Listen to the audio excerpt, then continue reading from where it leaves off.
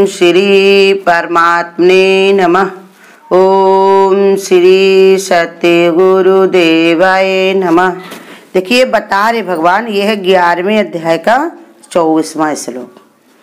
क्योंकि हे विष्णु, आकाश के साथ स्पर्श किए हुए दीप्तिमान अनेक रूपों के युक्त तथा फैलाए हुए मुख और प्रकाशमान विशाल नेत्रों से युक्त आपको देखकर भयभीत अंतःकरण होने के कारण मैं धीरज और शांति को प्राप्त नहीं होता। अर्जुन अपनी स्थिति बता रहे हैं कि आपका ऐसा इतना बड़ा सर है, इतना ऊंचा आकाश को स्पर्श कर रहा है और उसी से दीप्तिमान अनेकों रूपों से युक्त फैलाए हुए मुख और प्रकाशमान विकास नेत्रों से विशाल नेत्रों से ये संसार फैला हुआ है। वह आपको देखकर मैं भयभीत। इसे बता रहे कि जो हवाई जहाज की जब बनाया था वैज्ञानिक ने, तो सबसे पहले यही श्लोक को, गीता का श्लोक जो था, ये जो 11वें अध्याय का 24वां श्लोक, इसी को उसने पढ़ा था। इसी से उसने विचार उसके अंदर आया, वैज्ञानिक के अंदर, कि भगवान ही सब जगह जब विद्यमान है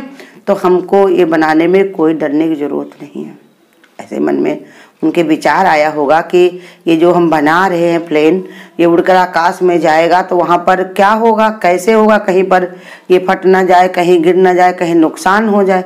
तब उसने जब गीता में पढ़ा, ये चला था एक बार चौक में, कि जब गीता में उसने ये पढ़ा, इसको उसमें भी कौन बनेगा करोड़पति में भी दिखाया था, कि जब ये गीता में उसने पढ़ा कि देखो कि ये परमात्मा ही यहाँ से वहाँ तक सब व्याप्त है और भगवान का ही ये रूप है, सब भगवान ही। तो वैज्ञानिक के अंदर ऐसा तेज आ गया, समझ आ गई, तो उसने उसकी रचना की। कहा आज इतना अनोखा कार्य कर लिया, किसके दम पर? भगवान के ही सारे पर। भगवान जब चाहता है तो क्या नहीं करता। लेकिन हमारी भी समझ ऐसी होनी चाहिए कि भगवान को पहले हम आगे करें, भगवान के ही रूप में देखें। हर रूप में भगवान ही विद्यमान है। तो इसलिए वो कहते हैं, इसे फैलाए हुए विशाल नेत्रों से युक्त आपको देखकर वो अंतःकरण के धीरज और शांति को नहीं पाता। अर्जुन को शांति नहीं मिली थी, लेकिन जिसके अंदर ये शक्ति होती है, भगवान का बल होता है, उसको याद से भगवान की कृपा होती है, तो भगवान उसको बुद्धि विवेक भी देता है। अर्जुन को भी मिलेगा। ये तो हमारे लोगों को समझाने के लिए ही इन्होंने ऐसे सब वार्तालाप किए हैं, जिससे हम इस बात को समझ लें। आगे बात को इसलिए बढ़ा रहे हैं जिससे हमारी हर बात इनकी समझ में आ जाए। भगवान हमको क्या ना क्या समझा दें और बता दे और बता दे और हम जान लें। तो इसलिए समझा रहे भगवान। इतना विशाल बताया गया है भगवान का मुख कि वह आकाश को स्पर्श करने वाला दिख रहा। भगवान का मुंह, शरीर तो स्वर्ग तक था और भगवान का मुंह इतना फैला हुआ था कि धरती से लगाकर आकाश तक। ऐसे ऊपर कहा जा चुका, आकाश ही स्थूल तत्वों में सबसे पहला तत्व है। उसी को अपने अंतर में धारण कर भगवान विभिन्न प्रकार की आकृतियों का रूप प्रकट करते हैं। भगवान ने कहा कि ये जो आकाश से ही सारी सृष्टि की रचना होती है, ये खालीपन हो तो कहते हवा बनती, हवा से ही पानी बनता, पानी से ही अग्नि बनती है। ये पांचों तत्व ऐसे ही बनाए हैं भगवान ने। तो इसलिए पहला ये आकाश को ही महान बता करके भगवान ने उसी को अपने अंदर प्रकट दिखाया है। तो कहते तरह तरह की आकृतियां का रूप बनाते हैं, कोई न कोई आधार भगवान देते हैं। इसलिए इस चित्र को भगवान ने दिखाया है। अपना रूप मुख आकाश का स्पर्श करता, उसकी ज्वाला को देखकर अर्जुन को धीरज और शांति धारण नहीं कर पाते। इतना घबरा गए हैं अर्जुन कि उनके अंदर धीरज और शांति नहीं आ रही। व्याकुल होकर के भगवान से कह रहे हैं कि देखो प्रभु, ये तुमने कैसा रूप बनाया हुआ है, जिसको देख करके हम अपना धीरज सारा खो चुके हैं। कैसे भगवान के सामने वो गिड़गिड़ा रहे, कह रहे हैं। ऐसे गुरु हमको बताते हैं कि तुम भी कैसी भी स्थिति परिस्थिति आए तो धीरज मत खोना। भगवान से ही कहना, भगवान हमारी समझ में नहीं आता, भगवान तुम ही हमको समझाने वाले, तुम ही बताने वाले, तुम ही मेरा आधार हो। तो भगवान ऐसी बुद्धि विचार भरता है। कहा भी है भगवान ने, देखो कि जो दूसरे अध्याय में देखो कैसे भगवान ने बताया कि वो सुशर्मा नाम के जो थे पंडित, सुशर्मा नाम के जो थे, तो उनको जब दूसरे अध्याय का अध्याय पढ़ते थे तो कैसे उनको ब्रह्म ज्ञान प्राप्त हो गया। ब्रह्म ज्ञान को प्राप्त करते ही इंसान के अंदर धीरज और शांति अपने आप आने लगती है।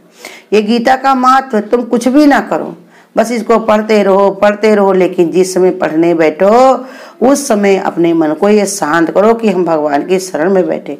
इस समय हमको कुछ सोचने की, कुछ भी बात करने की, कहीं पर मन ले जाने की जरूरत नहीं है।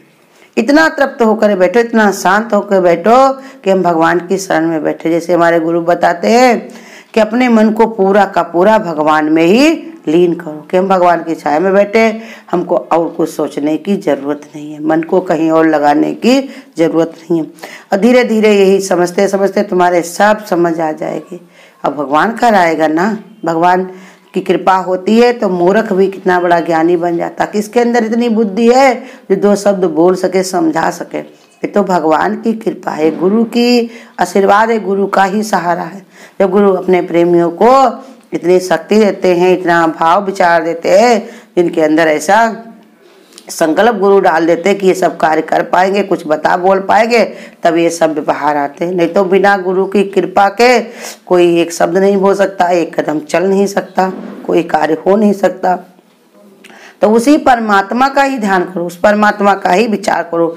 गुरु कहते इसलिए देखो, अर्जुन बताएंगे भी आगे कि तुम ही मेरे गुरु हो। गुरु माने अगर वो कह देते पहले भगवान हो तो फिर गुरु के पास भगवान भेजते उसको कि भगवान के पास जाओ, हमारा रूप और गुरु का रूप एक में ही देखो, तब तुमको ये ज्ञान प्राप्ति होगी। इसलिए चालाकी की अर्जुन ने पहले ही बता दिया भगवान को ही गुरु। तो इसलिए समझा रहे, धारण कर भगवान विभिन्न प्रकार की आकृतियों का रूप प्रकट करते हैं। इस श्लोक में भगवान ये व्यक्त किया है कि भगवान का मुख आकाश को स्पर्श करता है। उसकी ज्वाला को देखकर अर्जुन को धीरज और शांति नहीं पाते। अब क्या कह रहे हैं अर्जुन कि हे भगवान, आपके विकराल दाढ़ों वाले प्रलय काल की अग्नि के समान प्रज्वलित मुख को देखकर दिशाओं को मैं नहीं जानता, सुख को भी नहीं प्राप्त होता हूँ। इसलिए हे देवेश, हे जगन निवास, आप प्रसन्न हुए। वो जानते हैं कि भगवान जो है बड़ा ही गुस्सा हो गए, इसलिए ये अपना रूप बना लिए हैं। इसलिए भगवान को कह रहे, भगवान की मुस्कान में दंतावली की उपमा विद्युत सी की गई है कि उस विद्युत की ज्योति प्रलय काल की अग्नि के समान है। उस ज्योति के प्रकाश में अर्जुन दिशाओं को पहचान भूलने से लगते हैं, अपनी स्थिति को दृढ़ नहीं कर पाते। कहते भगवान के मुख से जो विद्युत माने जो बिजली, जो तेज निकलता है, उसी ज्योति में अग्नि के समान देख करके अर्जुन अपनी सारी दिशाओं को भूल गए, उनको याद नहीं रहा। अरे ये तो अर्जुन सामने, भगवान के सामने ऐसी स्थिति हुई। अभी तेज से सूरज में, यही जून जुलाई में अगर तुम धूप कस के निकली हो तेज से, और तेज से धूप सूरज को देख लो और उसके बाद तुमको याद नहीं रह पाएगा कि तुम कहाँ पर खड़े हो।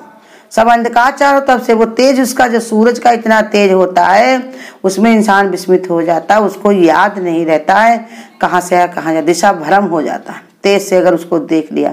अब ये तो भगवान ने कहा, भगवान के अंदर तो हजारों सूर्यों का प्रकाश है, स्वयं भगवान प्रकाश पुंज है ना, तो उसको देख करके धीरज उनको कैसे मिलेगा। इसलिए अर्जुन भयभीत होकर के अपने कह रहे, भगवान हम तो सब कुछ भूल गए। अब भगवान कहते भी हैं, भूल जाओ तो अच्छा है ना, सब याद कर करके तुम क्या करोगे, कि कौन कौन चीज़ तुम याद करोगे। हमको हमारे पास सबका लिखा पड़ी है, तुम कुछ याद करने की जरूरत नहीं है, सब हमारे इशारे से कार्य हो रहा, हमारे सब खाता मेरे पास जमा है तुम्हारा। तुम्हें क्या करना, कब करना, कैसे करना, हम तुमको बताते जाएंगे। तुम्हारे हृदय में बैठ के तुम हमारा बस ध्यान करते चले जाओ, हमको आगे करते चले जाओ, हमारे लिए आगे बढ़ते चले जाओ, तो हम तुमको सब कार्य करा लाएंगे। तुम्हारा योग से हम सब वाहन कर लेंगे। देखो 9वें अध्याय में कहा, जो निरंतर मेरा ही स्मरण करता, मेरा ही जाप करता, मेरा ही ध्यान करता है, उसको मैं योग स्वयं प्राप्त करा देता हूँ। उसको करना नहीं पड़ता, करे तो भगत का है का बताओ। बच्चा भी अगर अपनी मर्जी पर उसको जिम्मेदारी हो तो फिर माँ बाप के होने का क्या फायदा। अच्छे माँ बाप अपने बच्चे के लिए पहले से सोच के सब सुविधा कर देते हैं, ये करना वो करना वो करना।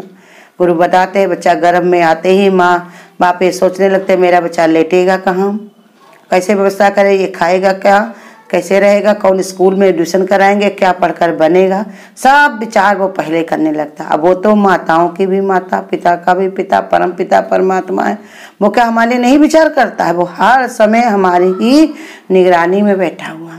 हमारे लिए। हम बस ये है, हम अगर उसको अपना नौकर नहीं बनाए तो हर समय भगवान हमारे लिए कर रहा है।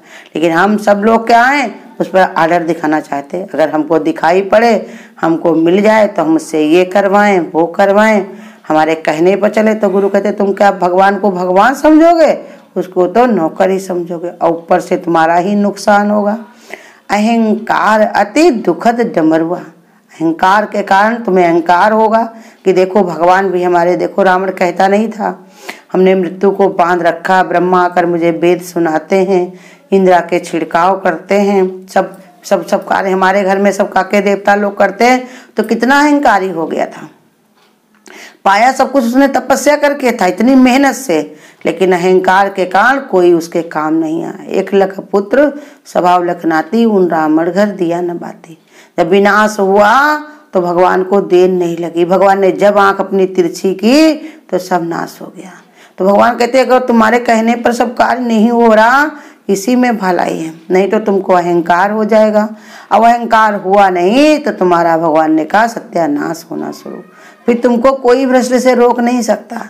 चढ़े तो चाखे प्रेम रस और गिरे तो चकनाचूर, फिर तुमको संवारने वाला उठाने वाला कोई नहीं मिलेगा। इसलिए भगवान कहते हम तुम्हारे हमेशा आसपास रहते हैं, भले को तुम देखो या ना देखो। तुम नहीं देख पाते हो तो तुम्हारी गलती, तुम इतना भोग विलास में इच्छाओं कामनाओं में पड़े हुए हो। हमेशा रहते हैं, जैसे बताया एक जो था तो उसके सारे कर्म पूरे हो गए थे, बस थोड़ा सा काम उसका बाकी रह गया। तो भगवान ने कहा थोड़े दिन के लिए धरती पे चले जाओ और ये भी अपना कर्म काट डालो। कहा नहीं नहीं हम नहीं जाएंगे, धरती पर बहुत ही परेशानी रहती है, हम नहीं जाएंगे, हम नहीं जाएंगे। तो भगवान ने कहा तुम चलो तो हम तुम्हारे हमेशा साथ में रहेंगे। सबके साथ में भगवान है, माता के रूप में, पिता के रूप में, मित्र के रूप में, सब समझाने बताने वाले के रूप में, हर जगह ये पुलिस के रूप में, डॉक्टर के रूप में, हर समय भगवान के ही हम सुरक्षा में रहते हैं। भगवान ही हमारी देख रेख करता हर समय। तो बताया भाई ठीक है, भगवान ने कहा हम हमेशा तुम्हारे साथ रहेंगे।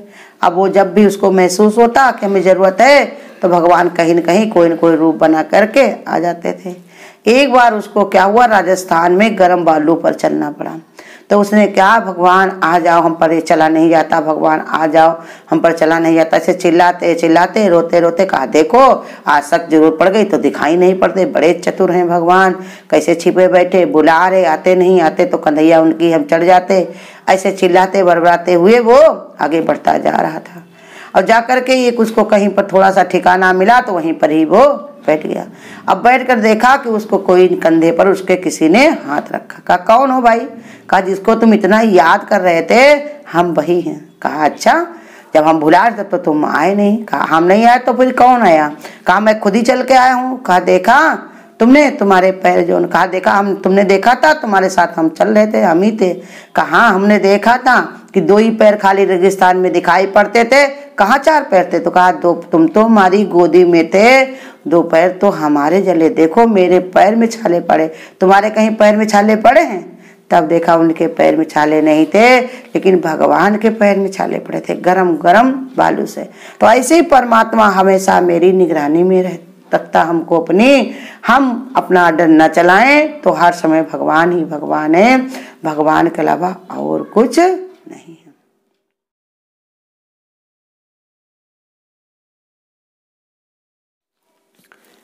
ईश्वर की भक्ति को दिल से न जुदा करना,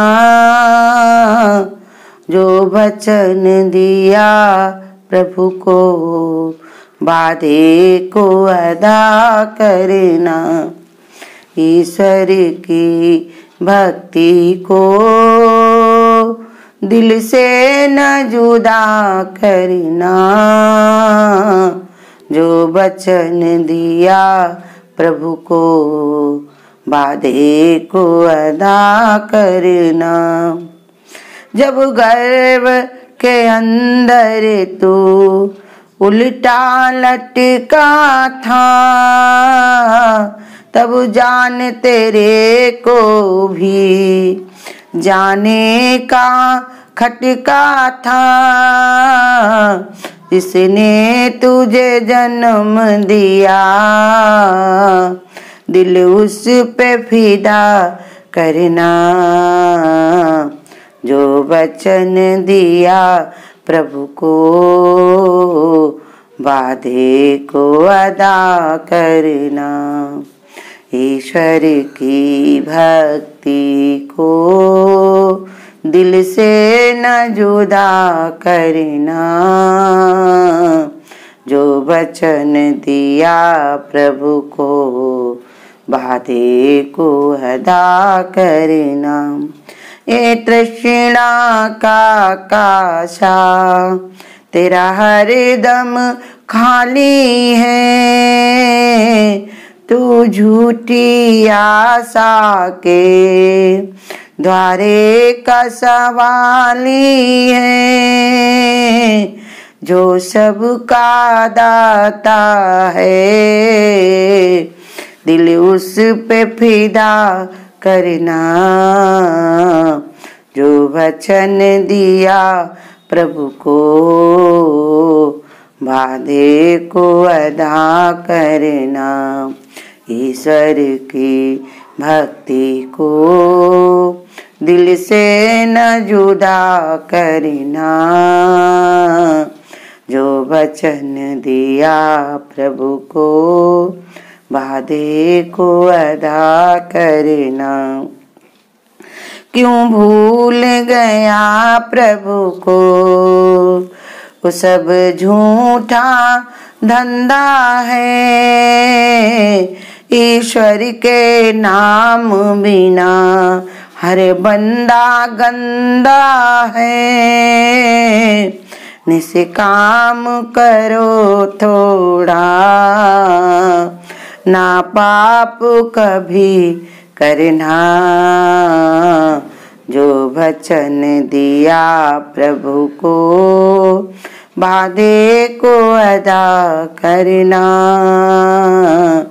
ईश्वर की भक्ति को दिल से न जुदा करना।